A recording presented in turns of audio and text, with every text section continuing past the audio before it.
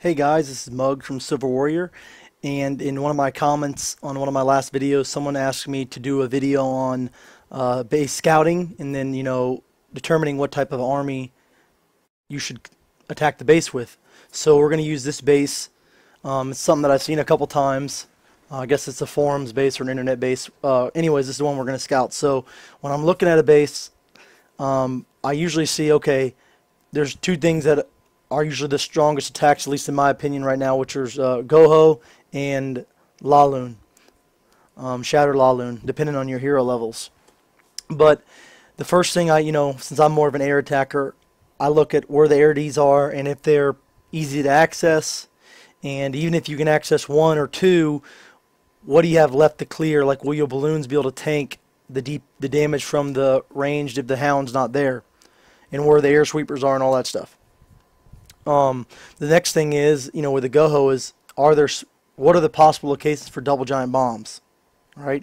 And so if we're looking at this base here, you can see that there's only a few spots you can have a single bomb, much less a double giant bomb. So you can have a Tesla or a bomb here or here, and you can have, Tesla or a bomb all through this area in here. Okay, now there could be Teslas here or bombs here. My guess is that there's no bombs there because those would be really easy to pop, right, with hogs. Okay, so Jakui came with a Goho attack on this base, and I'm going to kind of walk through what he did. So this is also going to be a breakdown of a surgical hog video because that's what he came with. So he came with two golems. He sent one here and one here. And he came with a clan castle golem, which he's going to send in the middle here. He did a really good job of dropping his golems because he needs to make sure that this wizard tower is shooting one of these golems so that he can cleanly break into this compartment. Another thing that Jakui did very well was when he dropped his wall breakers, he sent one in here to make sure there's no spring trap, because sometimes they put a trap right here. And then he sent the rest of them to break in. Okay, so he didn't bring just enough wall breakers. He brought one extra, two extra to make sure that if something goes wrong, it doesn't ruin his attack. Alright, so once he breaks in here, he puts a jump spell right in this area. Okay, it's obviously different shape than that, but about like that. And the main purpose of this is to, if there are any Teslas or bombs in here, he can now, anything in this area is going to be compromised by his heroes, and then as soon as he gets in this area with his king or queen, if he funnels appropriately, he's going to kill the enemy queen, and then he can start his Goho.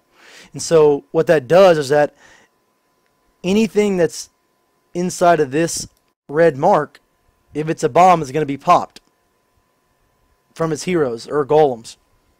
Okay.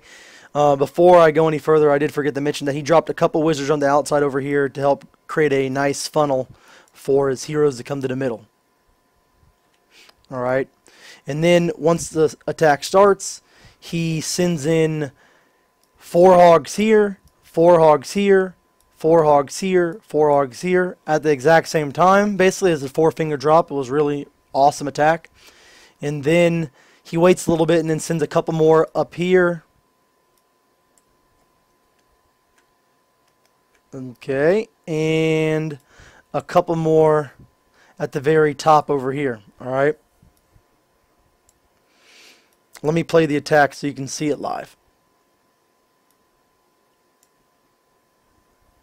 Notice it was a 2-minute and like 5-second attack, so he had plenty of time left. Drops a funnel, or drops his golem, starts creating a funnel with his wizards.